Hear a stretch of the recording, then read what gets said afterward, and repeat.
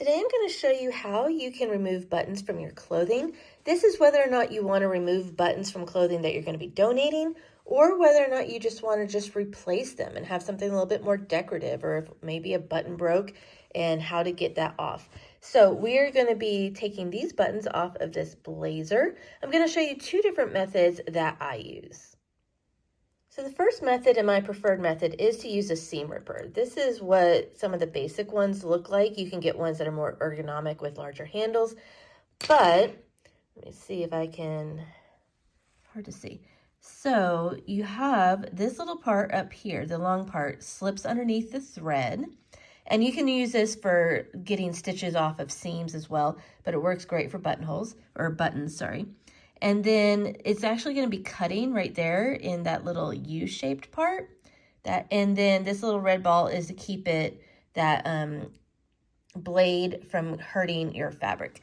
All right, so let's try two different ways using the seam ripper. So first of all, I'm going to take this button, just kind of pick it up a little bit. Sometimes you might be able to maneuver it a little bit and get the thread more exposed.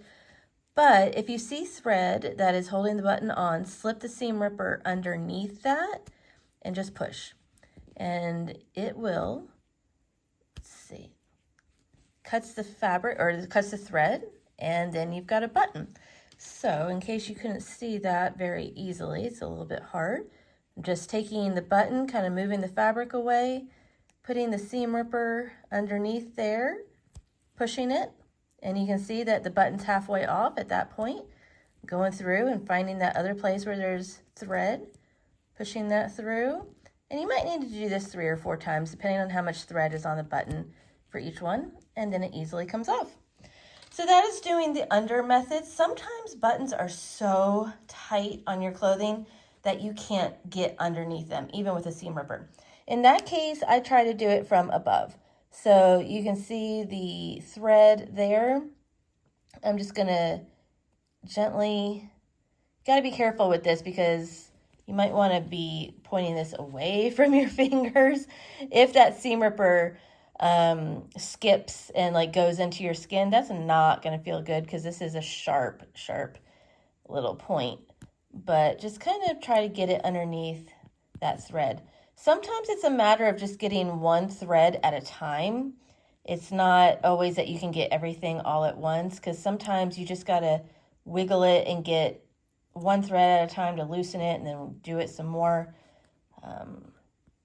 This obviously will be a little bit harder on smaller buttons, but there we go. I think we can get a decent amount of thread there. And then at that point, you might be able to loosen it enough to get it from underneath again, or if you've got to still keep working on that, just keep getting as much thread as you can, being careful as you do it. And this is definitely the longer way, but sometimes it is the only way, just depending on a lot of factors.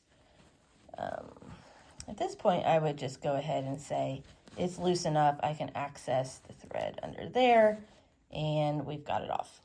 So the second way is just going to be using scissors. And your common everyday scissors like these points are going to be way too big in order to get a button off. Unless the button happens to be loose and is already coming off and you can get in with that. So what you're going to need is a pair of embroidery scissors. And these are going to be really fine tipped scissors that are super sharp, specifically for embroidery. If you think you might be mending clothing a decent amount, I would go ahead and invest in a pair of these. And when I say invest, it's just a few dollars. And no, they don't all have to be rainbow and looking like birds. They have some solid color ones as well. But a lot of times embroidery scissors have really funky designs on them, which are kind of cool. And instead of the seam ripper, you are going to be doing the button removal in the same way, just with these pointed tips. So push the button up a little bit. Let's see, not focusing. Kind of get that tip underneath thread. Really hard to show that, simply because of the color and how tiny it is. I don't know if you can see that.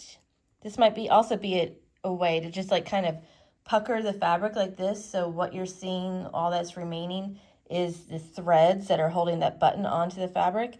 And I'm going to go in there and cut, and obviously came right off. If you are not keeping the clothing, you can be a lot, you don't have to worry about getting the fabric. If you are just replacing the buttons, then be careful about not actually cutting the fabric while doing that. And I will demonstrate once more. Let's try this one, a little bit larger one. This is also something where you can go in and cut from the top if you need to. I think that this method, you're probably going to be sitting there cutting threads one at a time for quite a while, but sometimes you got to do what you got to do with the button, and that is also another method. So this is how many buttons I got off of that blazer that I wasn't going to wear, but obviously there's a lot. These would cost a decent amount of money in the fabric store. So just always look at clothing as what it's made of, not just what the item is to wear. Those are the methods that I use to remove buttons so that I can keep them for future projects. I think it's very quick and easy once you know what you're doing.